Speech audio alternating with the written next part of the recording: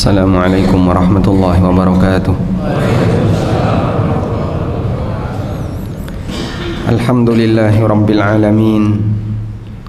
Wassalatu wassalamu ala ashrafil mursalin Nabiyyina wa maulana Muhammadin wa ala alihi wa sahbihi ajma'in. Wa ashhadu an la ilaha illallah wahdahu la syarika lah. Wa ashhadu anna Muhammadan abduhu wa rasuluh sallallahu alaihi wa ala alihi wa sahbihi wa man tabi'al huda ila yaumiddin. Alhamdulillah, puji syukur kita haturkan kehadirat Allah Subhanahu wa taala. Pagi ini di Masjid Al-Aman Godean, Allah mempertemukan kita dalam rangka untuk belajar bersama. Kami mohon izin untuk menyampaikan kultum kuliah 17 menit atau 70 menit.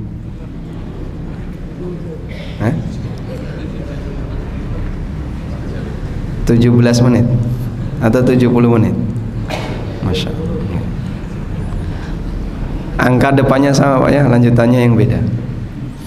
Baik, sesuai yang disampaikan dalam pengumuman, kita mau bahas tentang pertolongan Allah ketika berada di ujung perjuangan. Bapak Ibu yang dimuliakan Allah Subhanahu wa taala, satu hal yang kita pahami bersama bahwa ketetapan Allah itu ada dua.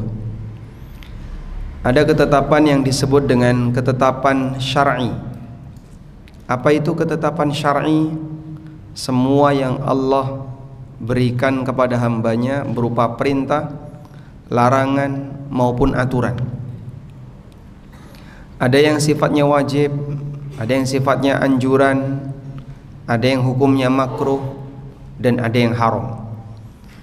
Di saat kita beribadah kepada Allah dengan mengikuti aturan Allah, menjalankan apa yang telah Allah turunkan, berarti kita mentaati ketetapan syar'i. Ibadah kita terhadap ketetapan syar'i adalah taat kepadanya. Yang kedua, ada ketetapan yang disebut dengan ketetapan kauni. Apa itu ketetapan kauni?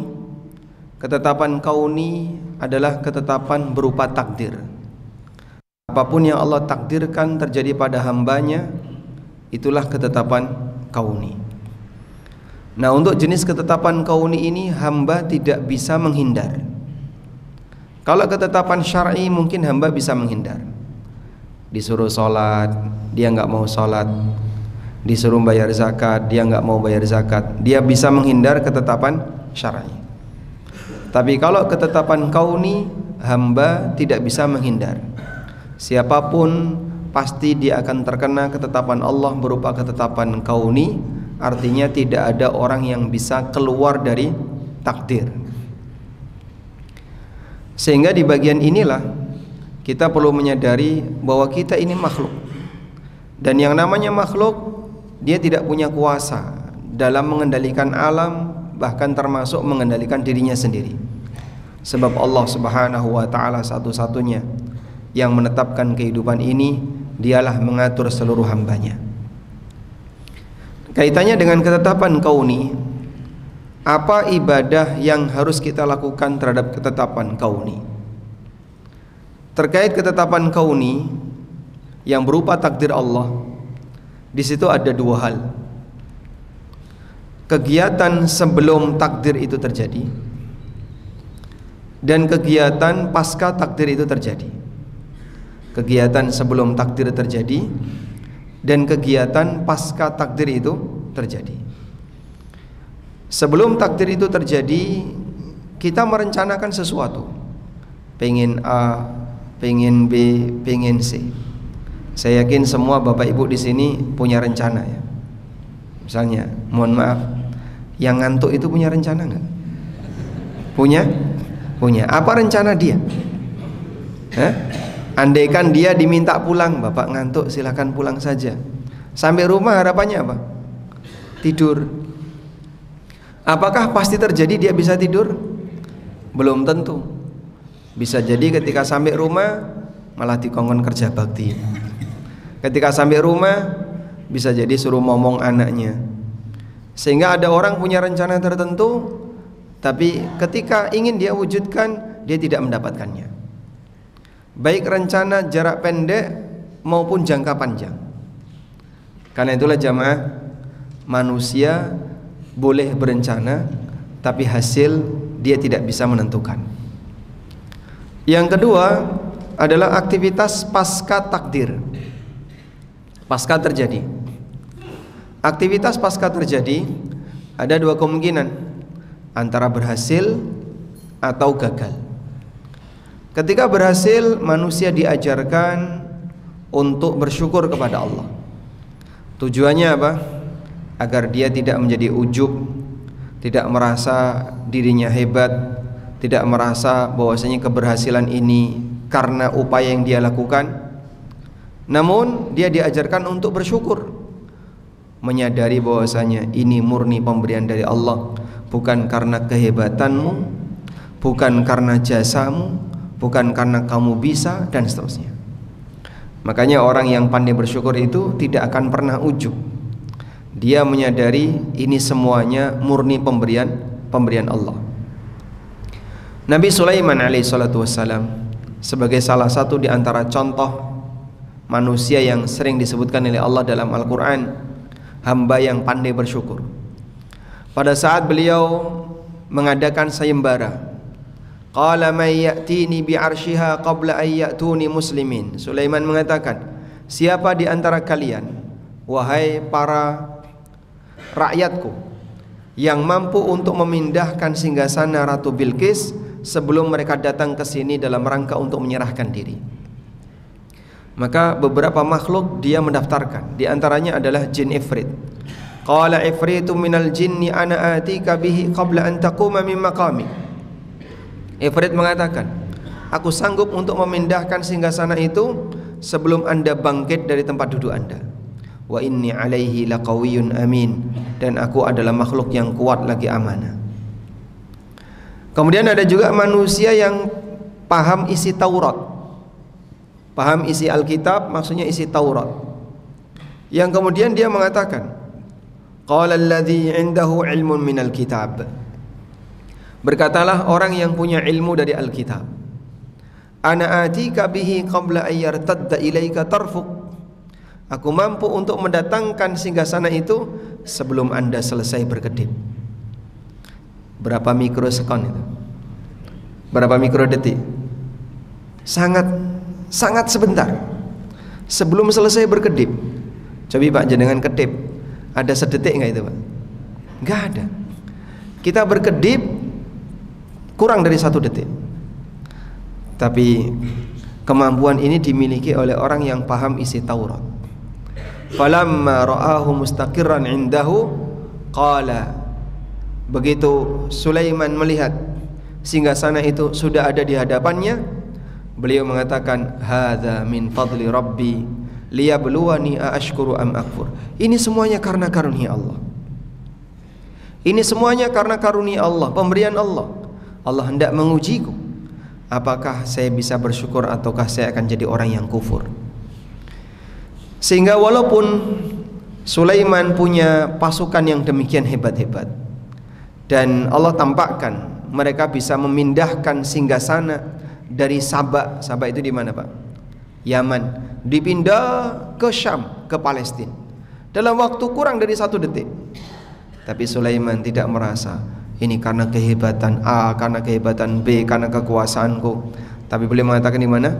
Hadza min fadli rabbi. Ini semuanya adalah murni karunia Allah.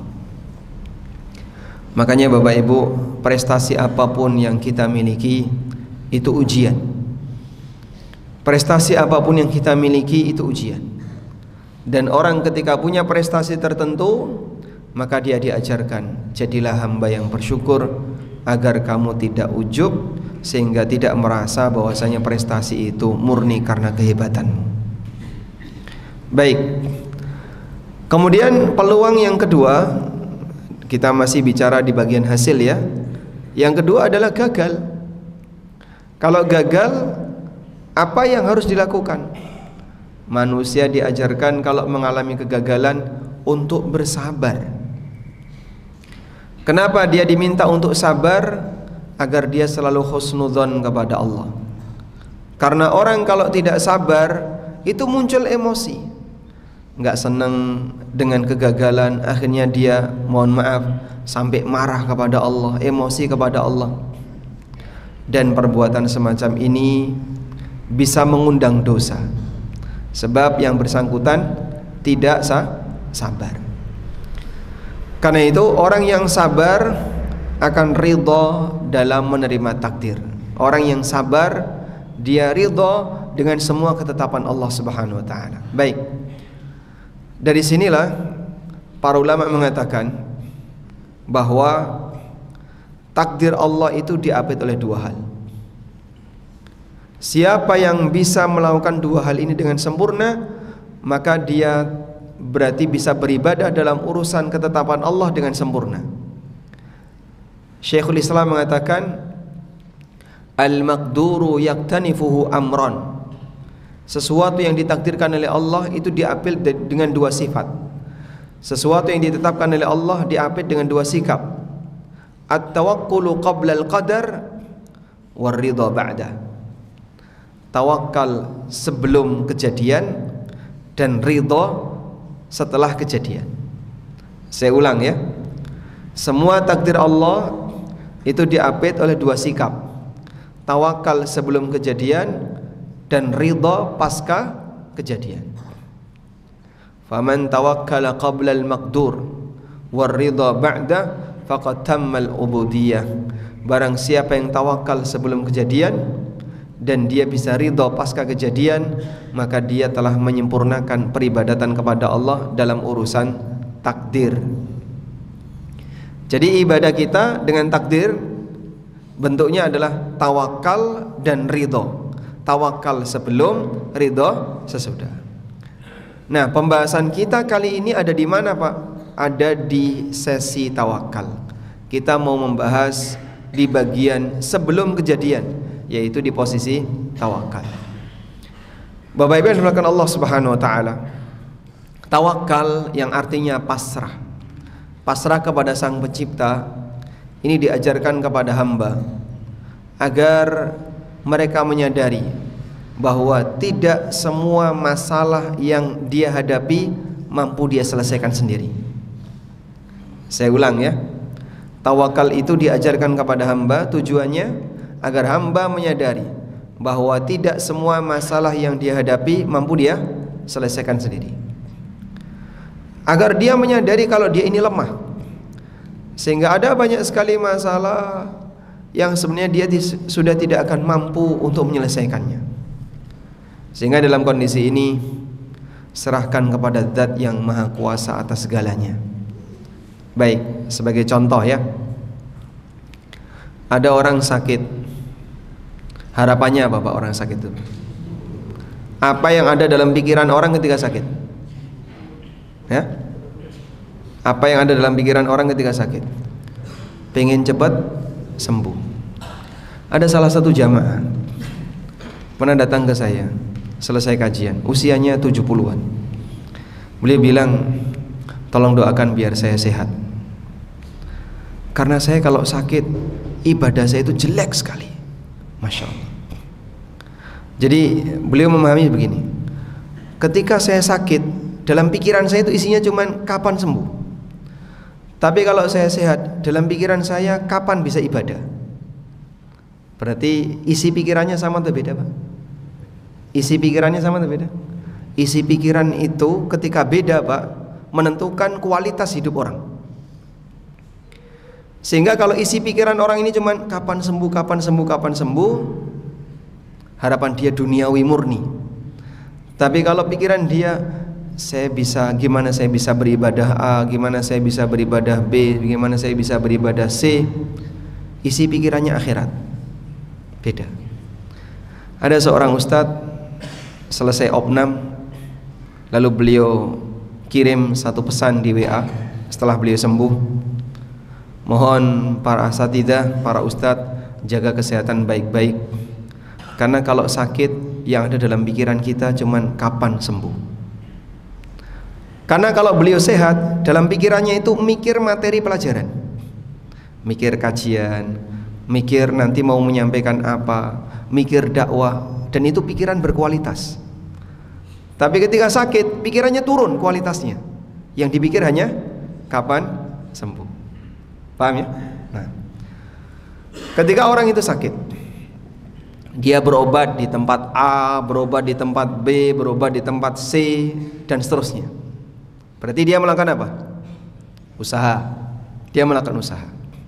Ada rencana, usaha, lalu nanti akan ada hasil.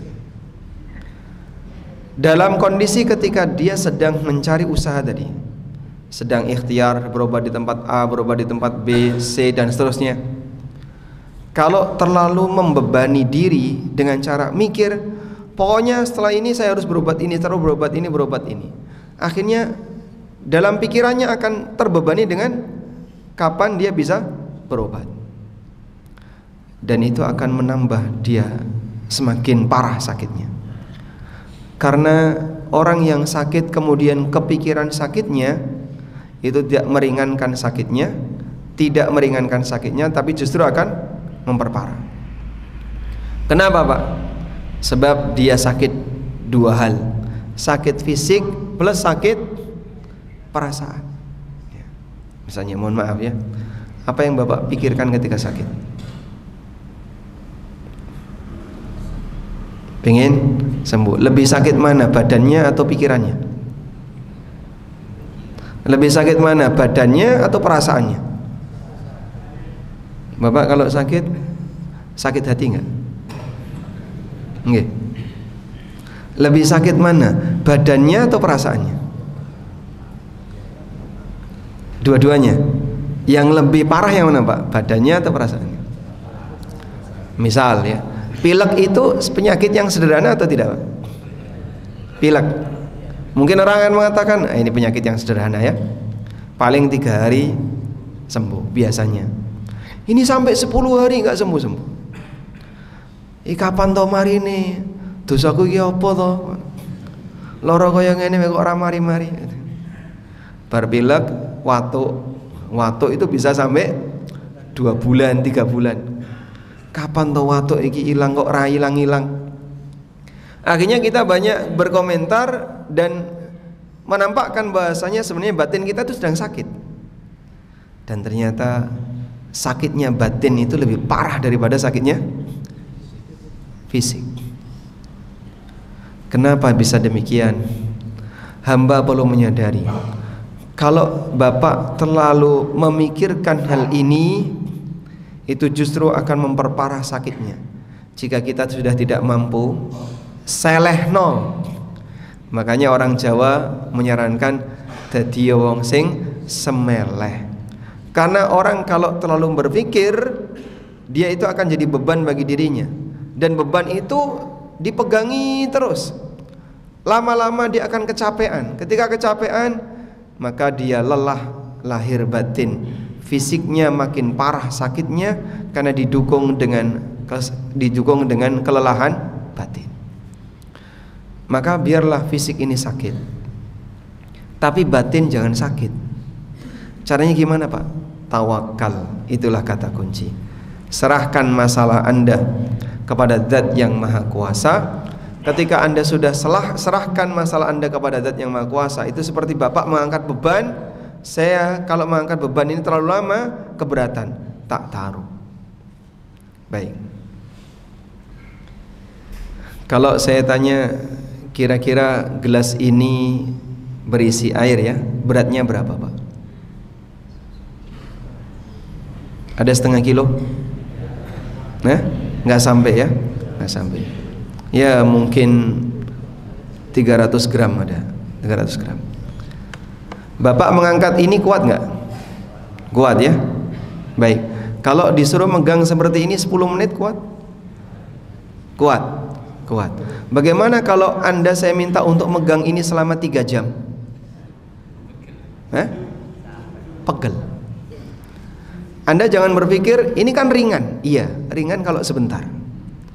Tapi ketika Bapak pegang selama 5 jam, kemeng. Tangan Anda akan terasa capek. Terus gimana Pak? Ada punya masalah, Saleh nih.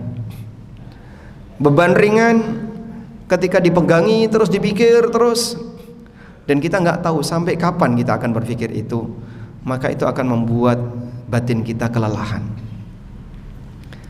Tidak semua masalah perlu untuk selalu kita pikirkan.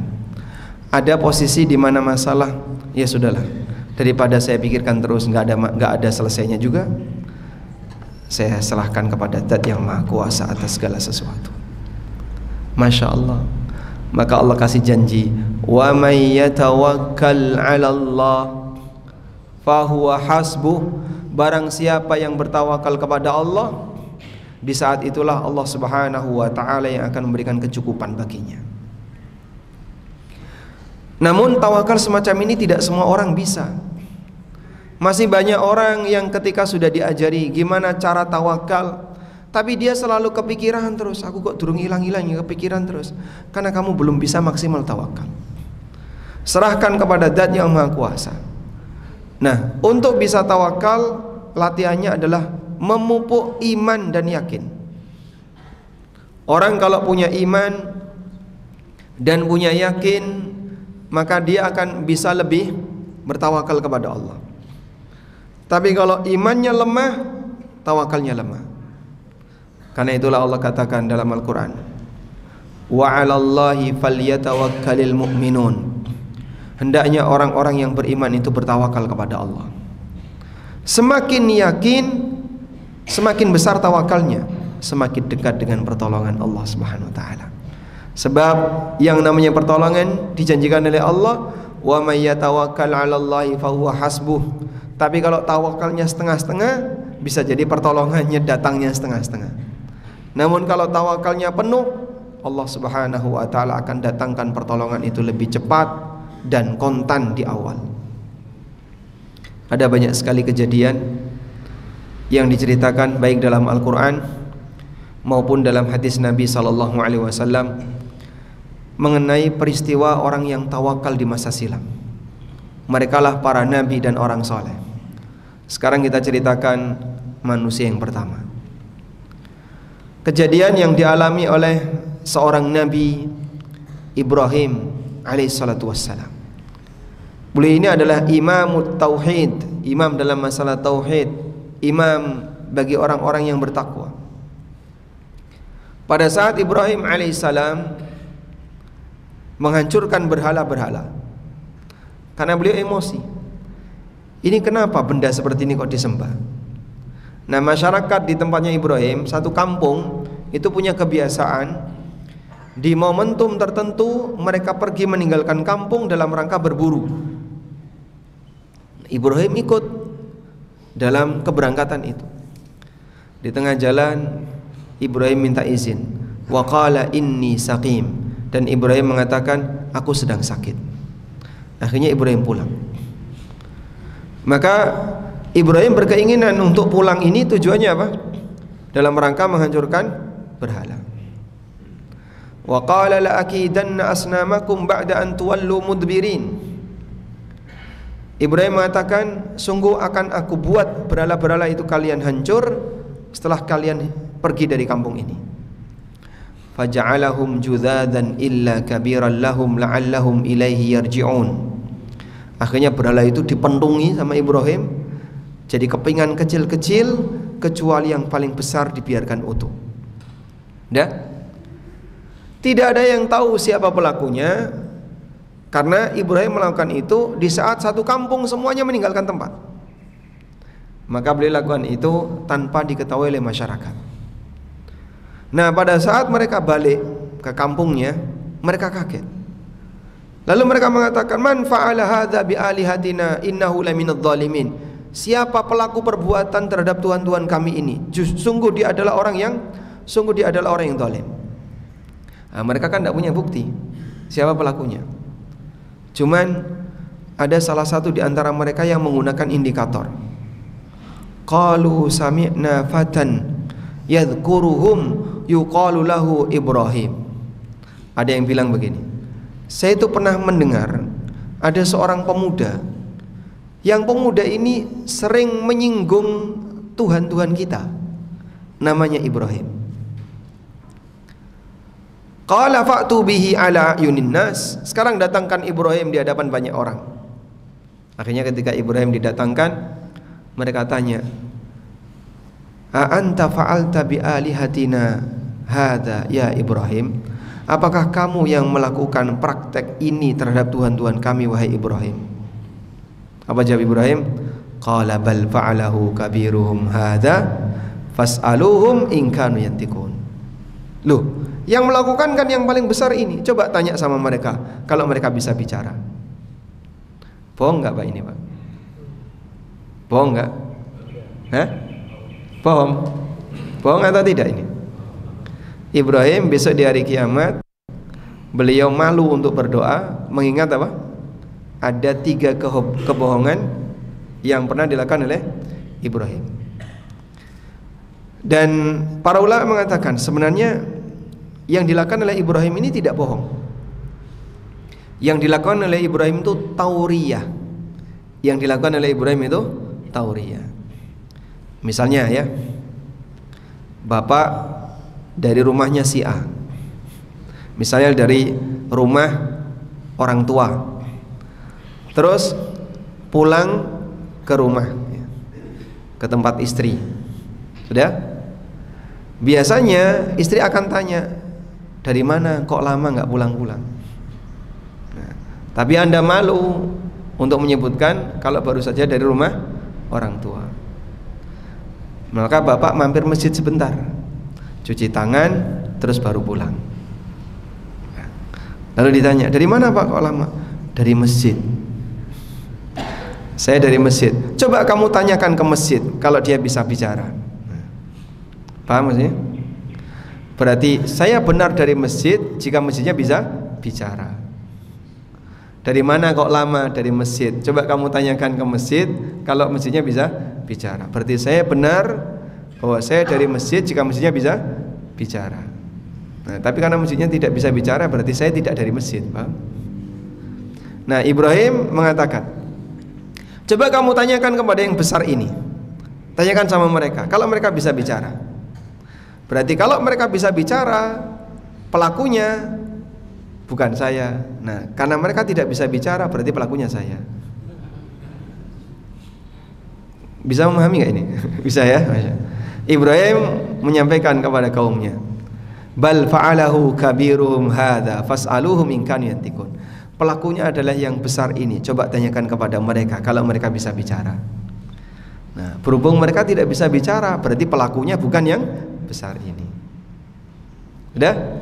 Akhirnya mereka emosi.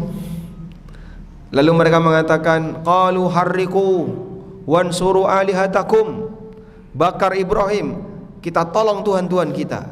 Jadi mereka menolong Tuhannya. Akhirnya dibuatlah api yang sangat besar. Ada yang menyebutkan bahwa mereka membuat cekungan, Pak. Mereka membuat lubang, lalu naruh kayu yang ditumpuk-tumpuk setinggi rumah, kemudian dibakar. Saat api itu menyala bulat-bulat, ya, berkobar-kobar, mereka siap untuk masukkan Ibrahim ke dalam api. Pakai apa mereka melempar Ibrahim ke dalam api? Bukan dilempar dengan orang, tapi dilempar dengan menggunakan manjanik, ketapel besar itu, Pak. Dilempar dengan manjanik. Saking besarnya api itu sampai mereka sendiri nggak berani mendekat. Dalam kondisi itu Ibrahim alaihissalam berdoa kepada Allah Subhanahu wa taala dengan mengucapkan kalimat hasbiyallah wa ni'mal wakil. Aku pasrahkan diriku kepada Allah dan Dia sebaik-baik zat yang dipasrahi.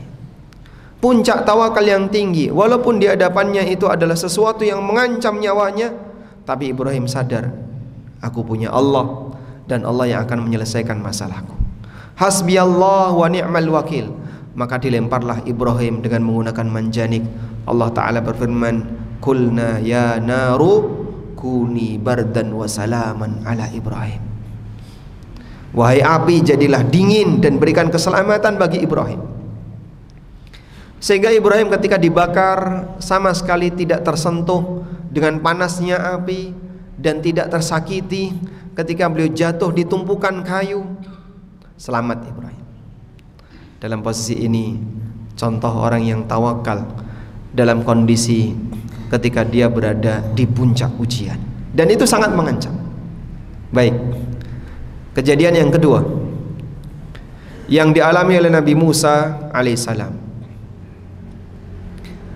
Setelah Nabi Musa berdakwah di Mesir dan mendakwai Fir'aun dan bala tentaranya justru semakin menjadi-jadi, dan mereka emosi kepada Bani Israel, dan itu bertahan selama bertahun-tahun. Musa alaihissalam berdakwah di Mesir itu dalam waktu yang lama, sampai kemudian Allah Subhanahu wa taala perintahkan kepada Musa untuk memindahkan Bani Israel, mengajak Bani Israel keluar dari kota Mesir. Allah Subhanahu wa taala berfirman, "Fa'asri bi'ibadi lailan innakum muttaba'un." Berangkatkan para hambaku di waktu malam, kalian akan dikejar. Akhirnya Musa bersama Bani Israel dari Mesir berangkat ke arah timur. Di ayat yang lain Allah mengatakan fa'atba'uhum musyrikin. Mereka mengikuti Bani Israel ke arah timur. Ketika ke arah timur, timurnya Mesir apa Pak? Laut Merah. Maka pasukan Musa bersama Nabi Musa ketemu dengan Laut Merah. Allah Subhanahu wa taala menceritakan, di saat mereka ketemu dengan Laut Merah, mereka terhenti. Pasukan Fir'aun menyusul dari belakang. Dua pasukan ini saling melihat. Falamma tara'al jam'an, ketika dua pasukan itu saling melihat, qala ashabu Musa, maka orang-orang yang berada di sekitar Musa mengatakan, inna lamudrakun, kita pasti akan ketangkap. Kita pasti akan ketangkap. Kamu mau lari kemana? Depan lautan, belakang pasukan bersenjata. Maju mati, mundur mati. Mereka dalam kondisi ketakutan seperti itu, mereka mengatakan, inna lamudrakun, wahai Musa, kita pasti akan ketangkap. Kita pasti akan dibunuh oleh mereka. Apa jawab Musa? Sebagai orang yang sangat tawakal kepada Allah, beliau mengatakan, qala kalla, enggak mungkin. Inna ma'iya rabbi sayahdin, sesungguhnya Allah bersamaku dan Allah akan memberikan petunjuk kepadaku. Jamaah, pada waktu Musa alaihissalam dalam situasi seperti itu, apakah beliau sudah tahu apa yang harus dilakukan? Belum. Sehingga Musa enggak tahu. Tapi tawakal Musa bukan kepada tongkat, namun tawakalnya kepada Allah. Musa tidak mengatakan, tenang jamaah, tenang, ada tongkat, santai aja. Beliau tidak mengatakan demikiannya. Tapi yang beliau sampaikan apa? Inna ma'iya rabbi sayahdin, Allah bersamaku dan Allah akan memberikan petunjuk kepadaku. Petunjuknya apa? Allah belum kasih. Tapi Musa tawakalnya kepada Allah, bukan kepada tongkat. Fa'auhayna ila Musa, lalu aku wahyukan kepada Musa, anidrib bi'asakal bahr, pukulkan tongkatmu ke arah lautan, fanfalaqa fakana kullu firqin kattaudil azim, maka lautan itu terbelah, dan setiap belahan itu naik ke atas airnya seperti gunung yang tinggi. Ada yang menyebutkan bahwa lautan itu terbelah menjadi 12, sehingga ada 12 lorong. Ada 12 lorong. Airnya oleh Allah Subhanahu wa taala tidak dibuat pergi ke tempat yang lain, seperti laut ketika surut ya. Anda lihat laut ketika surut airnya kemana? Kan bukan terus meninggi di atas kan? Tapi pergi ke tempat yang lain. Nah, dalam peristiwa Bani Israel ini airnya dibuat tinggi, sehingga mereka jalan di antara air-air yang ditahan oleh Allah. Saat mereka berjalan, mereka diselamatkan oleh Allah. Satu pelajaran yang tadi kita ambil, tawakalnya Musa di saat semua orang ketakutan dan merasa dalam perhitungannya kita pasti akan ketangkap, tapi Musa tawakal kepada Allah. Kalla inna ma'iya rabbi sayahdin, Allah bersamaku dan Allah akan memberikan petunjuk kepadaku.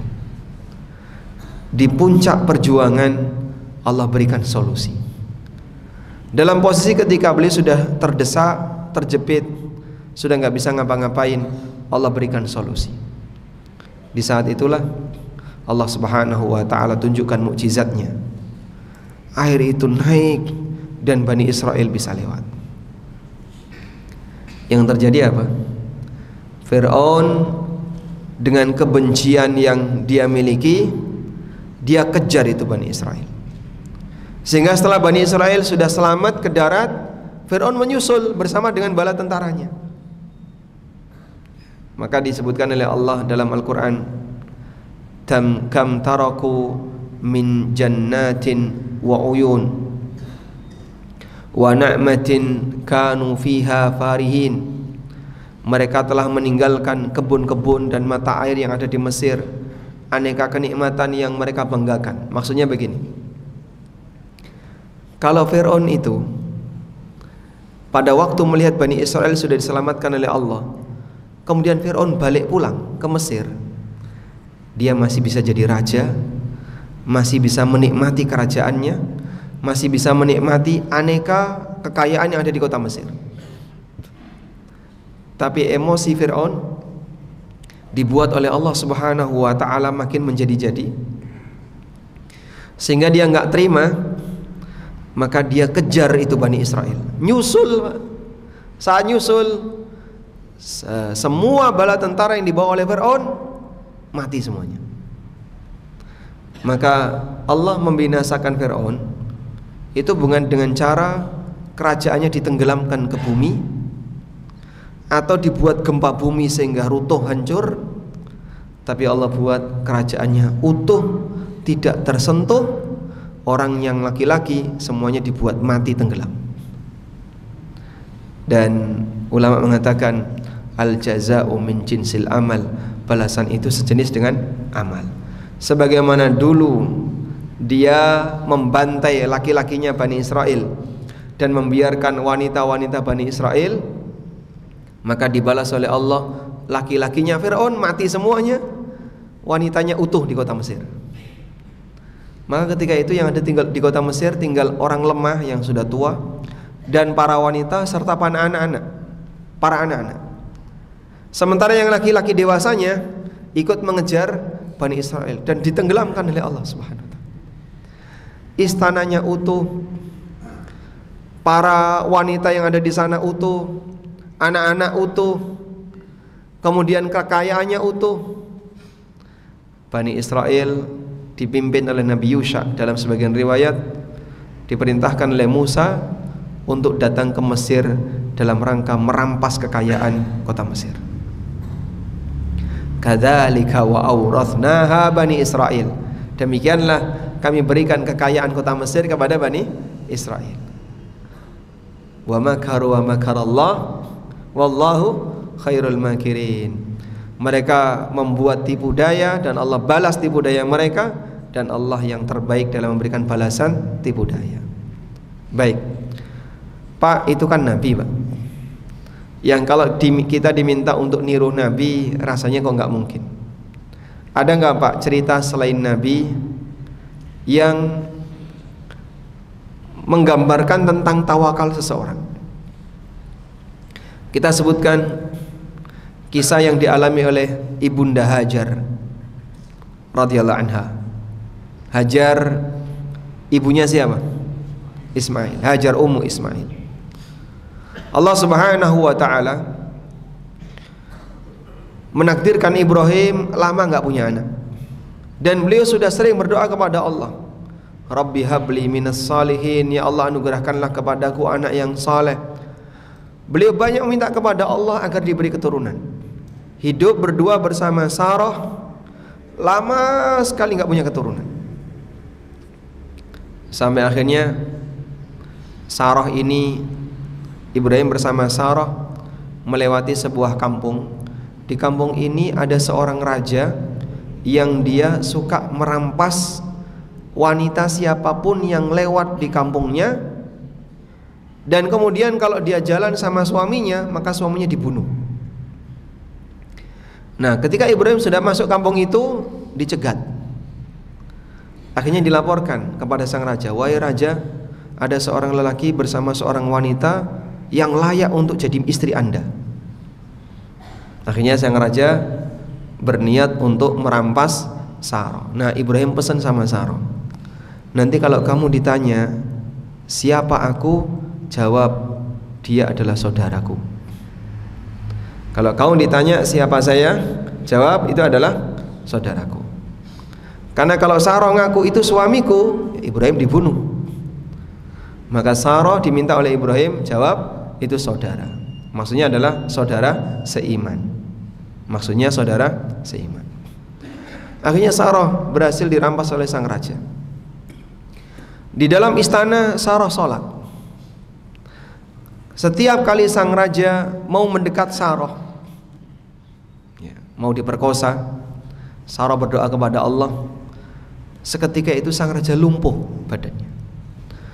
Lalu dia teriak-teriak minta tolong, tolong, tolong. Doakan biar Allah Subhanahu wa taala menyembuhkanku. Akhirnya didoakan Sarah, dia sembuh. Lalu kemudian saat dia mau menjamah Sarah, didoakan lagi, lumpuh lagi. Sampai 3 kali.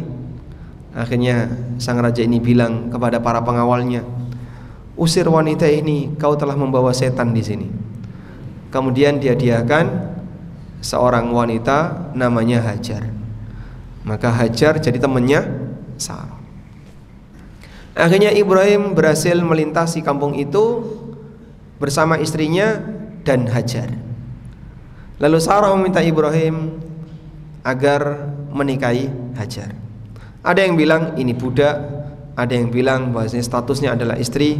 Intinya Hajar radhiyallahu anha adalah pasangan keduanya Ibrahim. Nah, dari Hajar inilah kemudian terlahir Ismail. Barulah Ibrahim punya anak yang sudah lama dinantikan. Dari istri Sarah enggak terlahir anak, dari Hajar terlahir anak seorang Ismail. Kecemburuan Sarah muncul. Ibrahim sudah bersamaku lama tapi tidak pernah berhasil mendapatkan anak. Ini dengan Hajar baru sebentar sudah menghasilkan anak.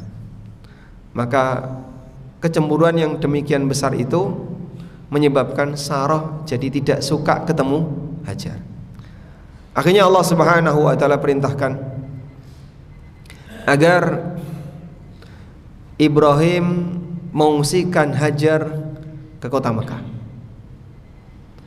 Dan dikatakan ya bahwasanya setelah sampai di kota Mekah, Ibrahim masih rajin berdoa kepada Allah.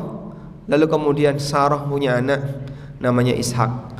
Jarak antara Ismail dengan Ishak sebagian ulama menyebutkan kurang lebih hanya 3 tahun. Jadi setelah terlahir Ismail, 3 tahun berikutnya Sarah melahirkan anak Ishak. Baik. Ada satu peristiwa yang terjadi pada Ibunda Hajar radhiyallahu anha. Setelah Hajar ditaruh di kota Mekah, kemudian diberi perbekalan hanya beberapa makanan dan air. Lalu Ibrahim pergi. Dikejar sama Hajar. Ya Ibrahim, aina tadhhab? Wa tatrukuna bihadzal wadi alladhi laysa fihi insun wala syai'. Wahai Ibrahim, kau mau pergi kemana?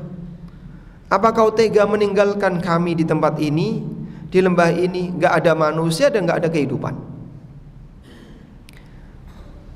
Tapi Ibrahim tidak menjawab sama sekali. Faqalat lahu dzalika miraran wa ja'ala la yaltafitu ilaiha. Hajar berkali-kali bertanya seperti itu dan Ibrahim sama sekali tidak noleh ke arah Hajar. Masya Allah ya. Karena perintahnya taruh tinggal pergi. Taatnya Ibrahim kepada Allah Subhanahu wa taala. Allah perintahkan taruh istri dan anakmu di kota suci Mekah, lalu tinggal pergi. Dikejar sama Hajar. Apa kau mau tinggalkan kami di tempat seperti ini tanpa kehidupan dan tanpa manusia? Tapi Ibrahim tidak noleh sama sekali. Sampai kemudian Hajar merasa paham bahwa mungkin ini adalah perintah Allah. Faqalat lahu, akhirnya Hajar bertanya, Allahu amaraka bihadza? Apakah Allah yang menyuruhmu melakukan seperti ini? Ibrahim hanya menjawab, na'am, iya. Tawakalnya wanita ini, Pak. Begitu mendengar jawaban ini, apa yang beliau ucapkan? idzan la yudayyi'una. Jika demikian Allah tidak akan mungkin menyanyiakan kita. Lalu pergilah Ibrahim. Setelah beliau berada di balik bukit, istri dan anaknya sudah tidak kelihatan, barulah Ibrahim berhenti, lalu beliau menghadap ke arah kiblat. Kemudian beliau berdoa, Rabbana inni askantu min dzurriyyati biwadin ghairi dzi zar'in 'inda baitikal muharram. Rabbana wa taqabbal du'a. Rabbana liyuqimus shalah faj'al af'idatan minan nasi tahwi ilaihim. Lalu beliau berdoa, Rabbana inni askantu min dzurriyyati. Wahai Rabb kami, aku telah tinggalkan keturunanku biwadin ghairi dzi zar'in, di sebuah lembah tanpa tanaman. Tanpa tanaman itu kan berarti tanpa kehidupan. Coba, lelaki siapa yang punya mental seperti Hajar? Saya yakin, saya tidak bicara wanita ya, lelaki siapapun mungkin tidak punya mental sekuat Hajar.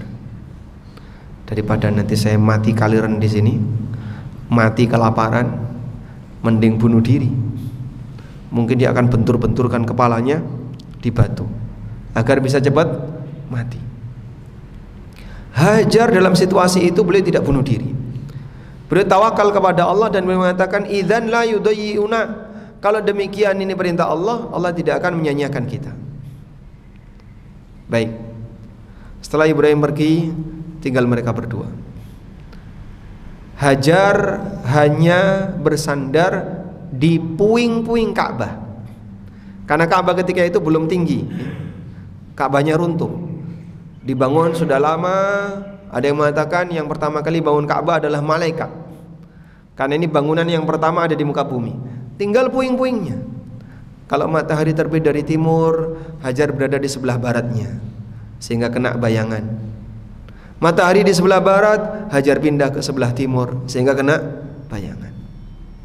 Beliau hanya mengkonsumsi bekal yang beliau bawa plus air yang ada, sampai bekal itu habis, hingga ASI Hajar sudah tidak keluar. Kira-kira berapa lama seorang wanita yang menyusui, berapa lama dia tidak makan sampai ASInya nggak keluar? Berapa lama, Mbak? Nggak punya pengalaman kayak gitu ya? Kalau menurut ibu-ibu berapa lama? Berapa lama seorang wanita yang menyusui tidak makan, tidak minum sampai ASInya nggak keluar? Sehari? Sehari ASI nggak keluar. Dalam posisi ketika ASI nggak keluar, Ismail minta ASI, tapi disusui tapi nggak ada ASI yang keluar. Akhirnya Ismail kelaparan dan nangis. Nangis di hadapan ibunya. Ibunya nggak kuat melihat anaknya nangis. Maka Hajar radhiyallahu anha, karena beliau tidak kuat meninggalkan anaknya dia tidak kuat melihat anaknya nangis, Hajar taruh anaknya yang sedang nangis, kemudian dia pergi. Dalam sebagian riwayat dikatakan, kenapa Hajar itu pergi? Karahiyatan an tadhura ilaihi, karena Hajar nggak sanggup melihat anaknya mati di hadapannya. Jadi kalaupun anaknya mati, tapi jangan di hadapan mata saya. Pergilah Hajar. Sambil berusaha untuk mencari kehidupan, naik ke Bukit Sofa, tengok kanan kiri. Bukit Sofa di masa Hajar tidak seadem sekarang, yang sekarang ditutupi dengan penuh AC. Itu pun orang kalau diajak sa'i, Masya Allah jauhnya ya. Berapa jarak antara Sofa dan Marwah? 500 meter. Berarti 7 kali 3,5 kilo. Lama sekali ya sa'i kok nggak selesai-selesai. Jamaah umroh ketika diajak sa'i, pegel, leren, kok gak rampung-rampung, kapan tuh rampungnya? Bapak jenengan tuh sa'i di tempat yang adem, dingin, kanan kirinya banyak minuman, banyak makanan. Hajar radhiyallahu anha naik ke Bukit Sofa, tengok kanan kiri nggak ada sumber kehidupan, turun lalu lari, kemudian naik ke Marwah, terus seperti itu sebanyak 7 kali. hingga ketika sampai di Safa, ketika sampai di Marwah, tiba-tiba beliau mendengar seperti ada suara. Faqalat sah. Kemudian Hajar mengatakan sah. Sah itu artinya diam. Diam maksudnya adalah memerintahkan dirinya sendiri. Ternyata ada malaikat yang sudah berada di dekatnya Ismail. Malaikat itu menendang tanah, keluarlah air. Air apa ini? Zam-zam.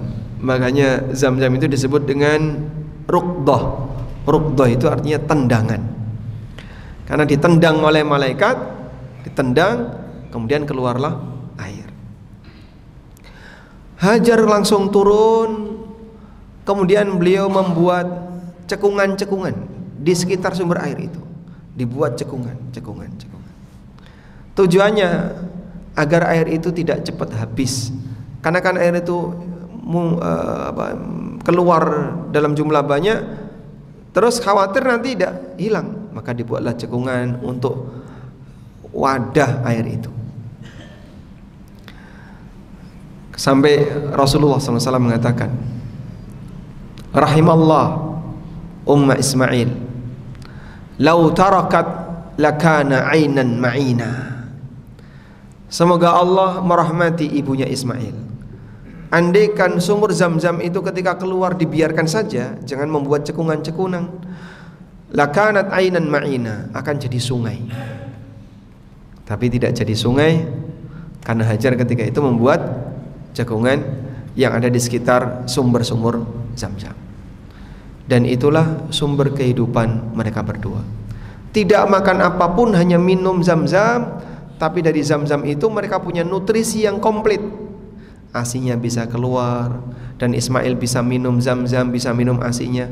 Karena Zam-zam itu salah satu di antara keajaibannya adalah, kata Nabi SAW, ta'amu tu'min, bisa jadi makanan.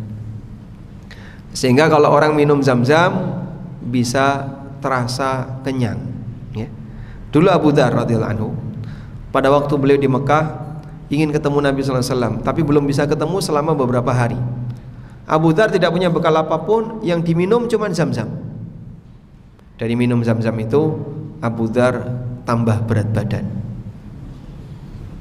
Sehingga kalau mau dibuktikan bisa ya, minum Zam-zam tambah berat badan. Wallahu a'lam. Baik, mungkin itu yang bisa kita sampaikan. Semoga apa yang kita bahas ini menjadi kajian yang bermanfaat. Kurang berapa menit? Sudah habis? Ada yang mau disampaikan Bapak Ibu? Tafadhal. Satu saja mungkin. Silakan. Waalaikumsalam warahmatullahi wabarakatuh.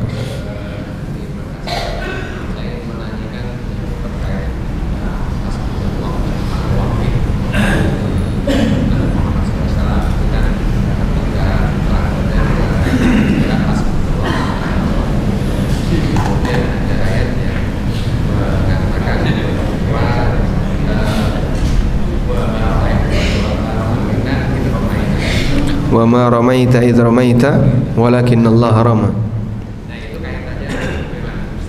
Ya. Baik.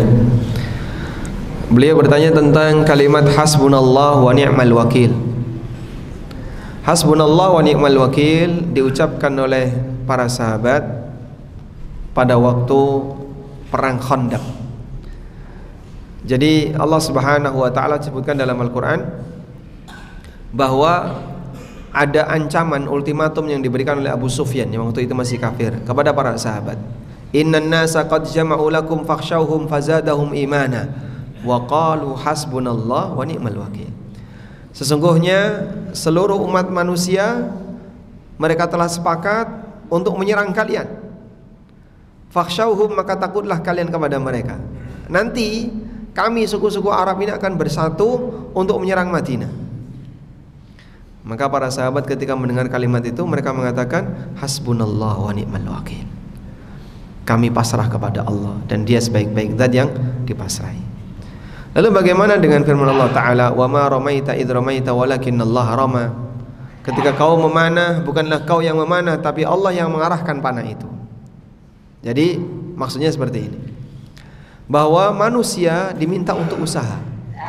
Dia punya rencana, dia punya masalah, kamu harus usaha untuk menyelesaikan masalahmu, mewujudkan rencanamu. Sampai pada puncaknya ketika kau sudah tidak mampu lagi, pasrahkan kepada Allah. Di saat itulah pertolongan Allah akan datang. Sehingga bolehkah manusia melakukan aktivitas untuk mewujudkan rencananya? Boleh. Dia ikhtiar, dia kerja sesuai dengan tingkat kemampuannya. Mampunya di mana? Mampunya hanya sampai grade 5, ya sudah, kerjakan sampai grade 5. Selanjutnya apa? Yang kau tidak mampu, serahkan kepada Zat yang Maha Kuasa. Para sahabat ketika perang Khandaq tidak diam saja. Begitu dapat ultimatum seperti itu, mereka langsung buat parit. Di saat yang sama mereka tawakal kepada Allah. Ikhtiarnya buat parit, ikhtiarnya mereka jaga, dan dalam kondisi yang sama mereka tawakal kepada Allah. Dan ketika itu Nabi SAW tidak mengatakan, tenang, ada surban, sekali kebut hilang KB. Nah, itu kalau sekarang ya, mungkin akan ada yang bilang seperti itu. Tapi Rasulullah SAW ajarkan kepada mereka untuk bertawakal kepada Allah. Wallahu a'lam. Apakah doa termasuk ikhtiar atau usaha? Ketika usaha yang lain sudah dilakukan, menemui jalan buntu dalam mengatasi permasalahan. Doa itu bagian dari tawakal. Ikhtiarnya adalah kerja fisik, tawakalnya kerja batin. Doa adalah bagian dari tawakal. Lalu dia berdoa kepada Allah sebagai Zat yang Maha Kuasa atas segala sesuatu, dia mohon kepadanya. Sehingga doa itu pelengkap dari kerja dan bagian dari bukti tawakal seorang hamba kepada Allah Subhanahu wa taala. Wallahu a'lam. Baik, demikian, semoga bermanfaat. Wassallallahu ala nabiyyina Muhammadin wa ala alihi wa sahbihi wasallam. Wa akhiru da'wana alhamdulillahi rabbil alamin. Wassalamu alaikum warahmatullahi wabarakatuh.